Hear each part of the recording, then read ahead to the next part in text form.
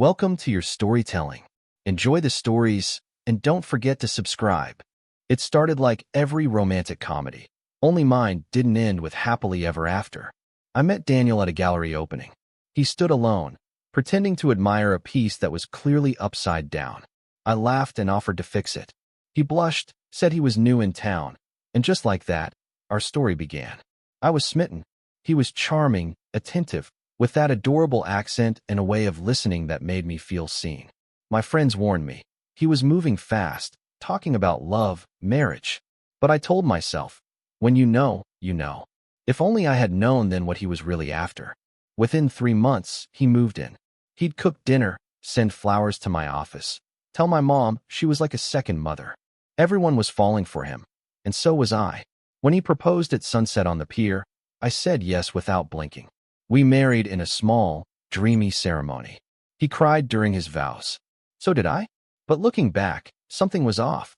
He insisted we file his visa paperwork the morning after the wedding. I thought it was cute, responsible even. But that was his first move in a carefully calculated plan I never saw coming. The first cracks showed early, but I mistook them for cultural differences. He never introduced me to his family, claiming they didn't approve of us marrying so fast. He was always vague about his job, said he was in between projects. And then there were the mysterious calls in the middle of the night, always in a language I didn't understand. He'd hang up fast, tell me it was a wrong number. Still, I ignored the unease. I wanted to believe in us, in love. I didn't realize I was just a step on his ladder to a green card. The day his visa got approved, we celebrated. Or at least, I did. I threw a little dinner for just the two of us. He was quiet, distracted. I chalked it up to nerves, relief. But something in his eyes had changed. No more urgency. No more sweet nothings whispered over wine. I didn't know it then, but the second he got what he wanted, me, the marriage, the visa, was the moment he checked out. Emotionally, he was gone. Physically, that part would unravel soon enough, in a way that broke me to my core. It happened on a Tuesday. I was cleaning when his phone buzzed. Normally, I wouldn't snoop. But the name flashing on the screen said, Babe Redheart. I froze. My hands trembled as I opened the message. Can't wait for you to finally leave her. My world spun. I read it over and over, hoping it was a joke. But no, there were more messages, more pictures, more lies. He wasn't just cheating, he had planned this. And suddenly, our entire relationship felt like a carefully staged performance with only one real goal, a visa. And I had been his fool. When he got home that night, I had every intention of confronting him. I even rehearsed the words in front of the mirror, calm, composed, demanding answers. But the second he walked through the door and kissed my forehead like nothing was wrong, I froze. I couldn't say it. I didn't want to believe it. I asked how his day was. He lied, effortlessly. I smiled, pretending I didn't know. Because deep down, I hoped there was some misunderstanding, some explanation. That night, I lay awake, staring at the ceiling, knowing everything was about to change, and yet clinging to hope. Her name was Callie. She was everything I wasn't, loud, bold, wild. I found her Instagram. Their photos together were hidden in a second account he'd created. I guess he thought I'd never find it. There they were, laughing at a rooftop bar, kissing in a photo booth, holding hands on a beach I'd never been to. One picture was taken on our anniversary. While I was home waiting for him with a candlelit dinner, he was out with her. My stomach turned. It wasn't just infidelity. It was betrayal with choreography. He'd rehearsed this, practiced it, perfected it, on me. When I finally showed him the messages, the photos, his reaction stunned me. No panic, no guilt, just a sigh. It didn't mean anything, he said. I was going to tell you eventually. Eventually? I laughed. He looked irritated, like I was ruining his evening. He actually had the audacity to say, you were useful to me, but it got complicated. Useful. That word sliced through me more than any insult could. I realized then, he never saw me as a partner. I was a transaction. And now that the transaction was complete, he was ready to move on. The worst part? I started questioning everything. Did he ever love me? Did he even like me? Was every moment, from the gallery to the wedding, just an audition he nailed? I replayed conversations with our friends. Some were suspicious, I could tell. Others cheered us on, oblivious.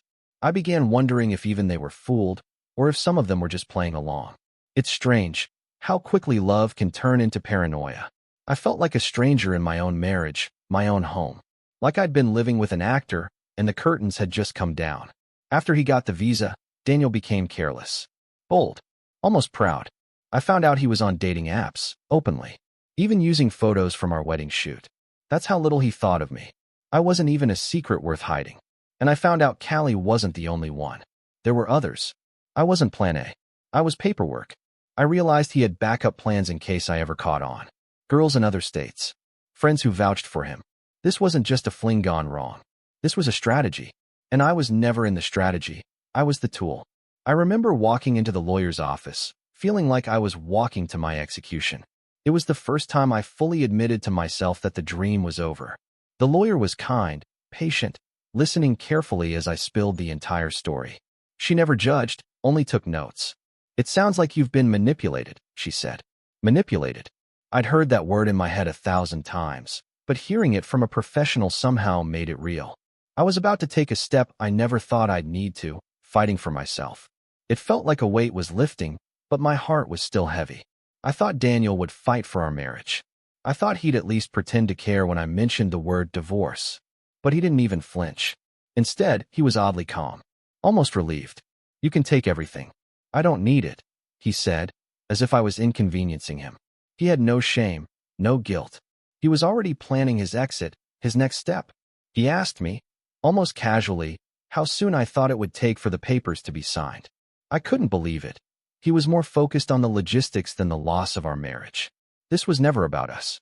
It was always about his plan. As soon as I told him I was serious about the divorce, Daniel went cold. He stopped pretending to care. No more nice gestures, no more fake affection.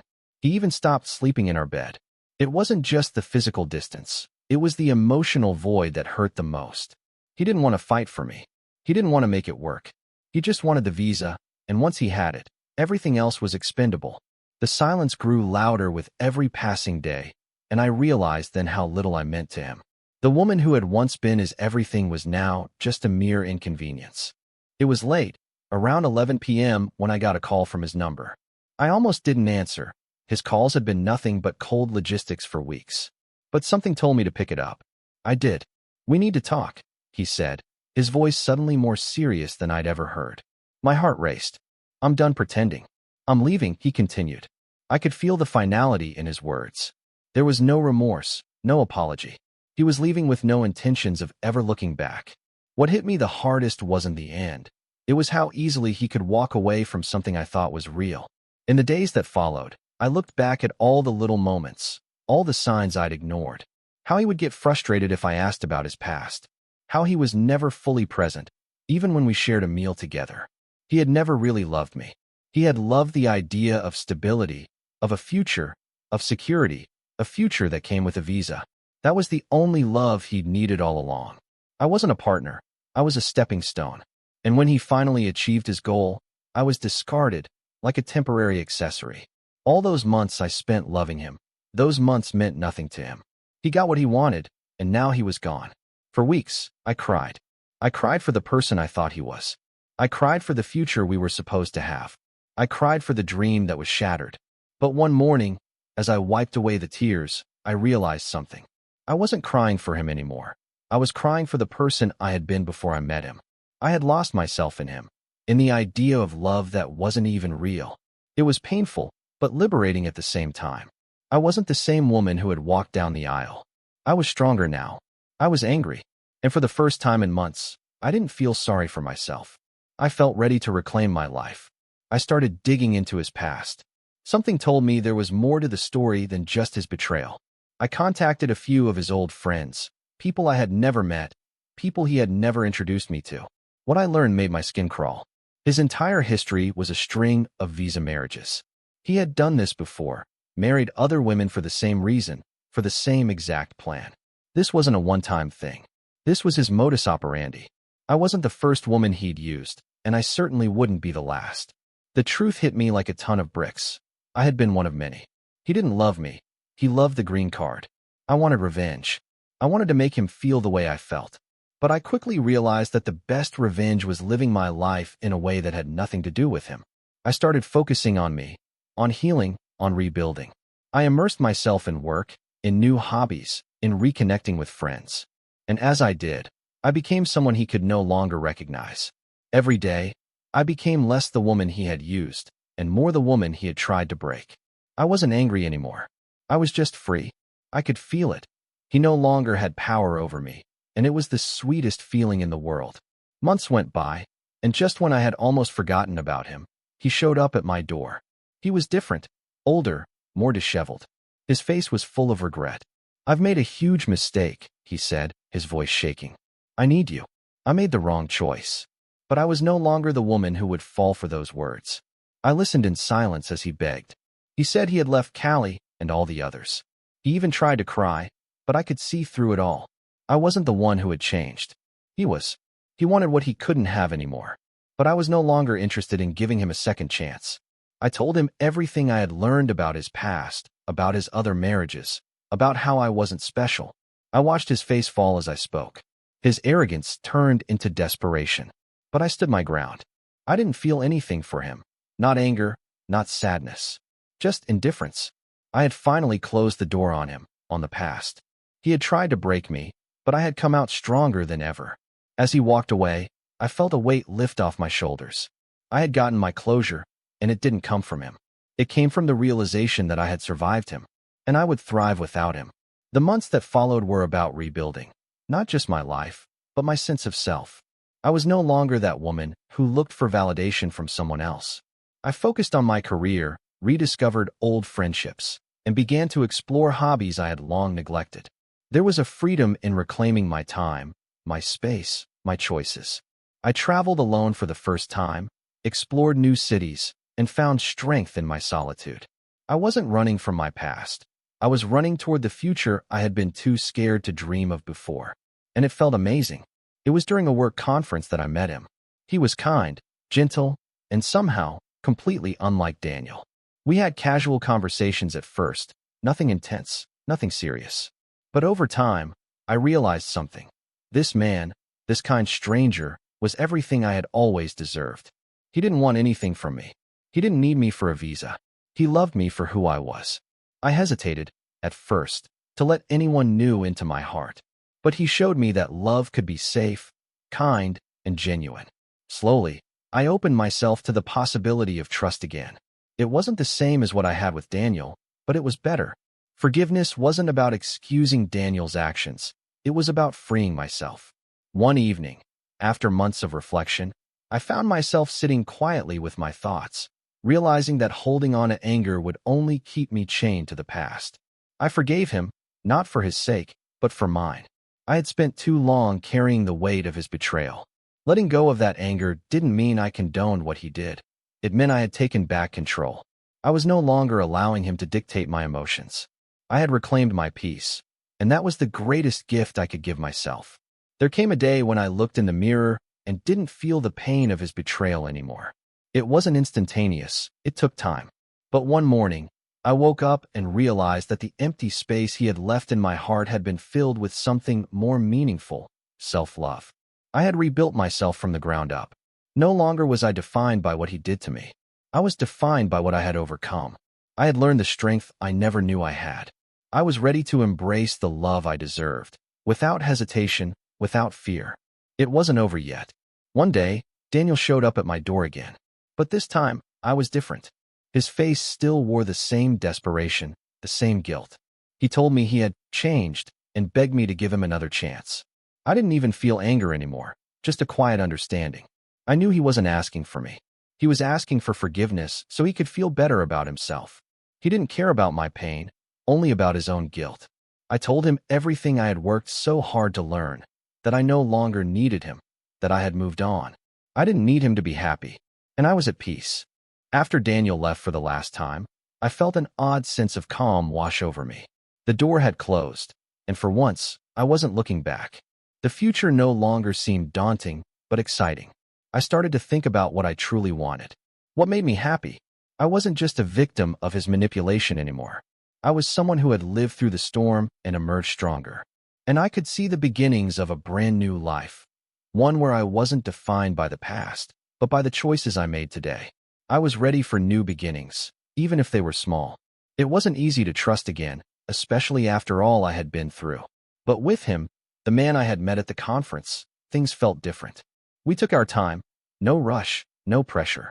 He respected my boundaries and gave me the space I needed to feel safe. Little by little, I allowed myself to believe that love could be kind, gentle, and true. He wasn't perfect, but neither was I. We both had our baggage, but what we shared was real. No one was using the other. There was no hidden agenda. It was the kind of love I had always dreamed of, but never thought was possible for me. There were times when memories of Daniel would resurface, moments when I remembered the good parts of our relationship before everything fell apart. I had to remind myself that it wasn't the relationship I had lost, but the illusion of it. The love I thought we had was never truly there. I had been a pawn in his game, and with that realization, I could finally let go of the lingering attachment I still had to him. The healing wasn't instant, but with each passing day, I found myself less and less affected by his memory. He no longer had any power over me. As I continued to grow and heal, I came to an incredible realization. I was enough. I had always been enough. It wasn't about being good enough for someone else. It was about being enough for myself. I didn't need to prove my worth to anyone. I was valuable because I was me. It wasn't about being loved by others. It was about loving myself, first and foremost. And in that self-love, I discovered the strength to move on, to move forward, to live the life I deserved. I wasn't looking for validation from someone else anymore. I was at peace within myself. As the years went by, my life flourished. I became someone I had always hoped to be, confident, independent, fulfilled. I learned that love didn't have to be complicated or manipulative. It didn't have to come with conditions or expectations. And when I finally gave love a chance again, I found it. A love that was pure, genuine, and built on respect and mutual care. It wasn't a fairy tale. It was real life, imperfect, messy, but beautiful in its authenticity. I had survived the storm, and now, I was living the life I had always dreamed of. My happy ending wasn't a man. It was me. It was finally being free. Thank you for listening to my story until now. If you like the video, please support it by subscribing and liking.